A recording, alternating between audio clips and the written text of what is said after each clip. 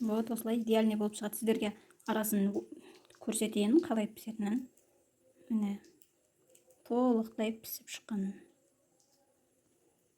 Қайырлы күн баршаларыңызға. Сіздермен бүгін панкейктің рецептімен бөліскім келіп тұр. Ол үшін бізге жұмыртқа, ұн, шекер, сұйық май, сүт және сода қажет болады. Ең алдымен 2 жұмыртқамызды жарып, үстіне шекер қосамыз. Осының үстіне 4 ас қасық шекер қосамыз. Өздеріңіз тәттілігіне қарай қоса беріңіздер. Мен үнемі осылай 4 қасық қосамын. Екеуін жақсылап пеншіктің көмегімен араластырып аламыз.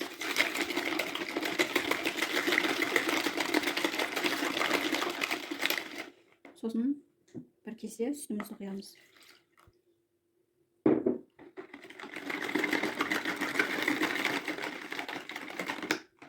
Және 1 шай қасық сода және ұнымызды електен өткіземіз.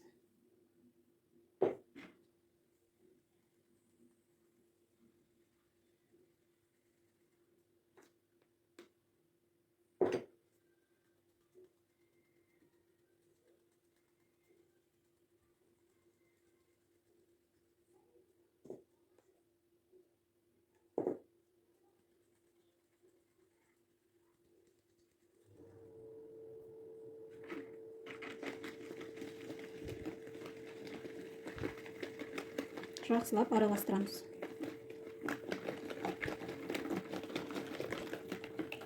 Қатты қою не қатты сұйық болмау керек, орташа. Ең соңынан 3 ас қасық сұйық майымызды құямыз. 1, 2,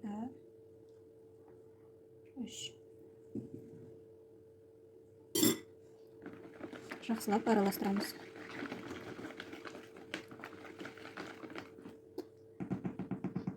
Біздің қамырымыз дайын болды. Енді пісіруге кірісеміз. Газымыздың астын қатты қоймаймыз, орташа отта пісіреміз. Алғаш пісіретін кезде кішкене ғана май тамызамыз. Қызып тұрған табамызға солай аз-аздан құйып пісіреміз.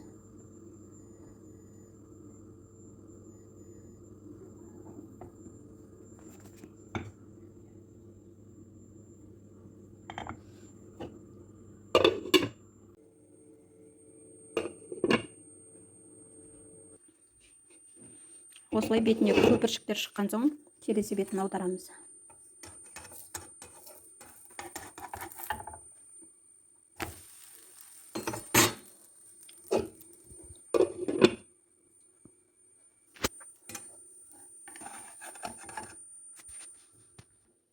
Алғашқысына кішкене май тамызды қой, ал одан кейінгі барлығына ешқандай май құймай пісіре бересіздер.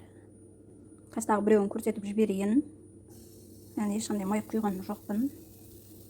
Осылай қызып тұрған табада пісіре бересіздер.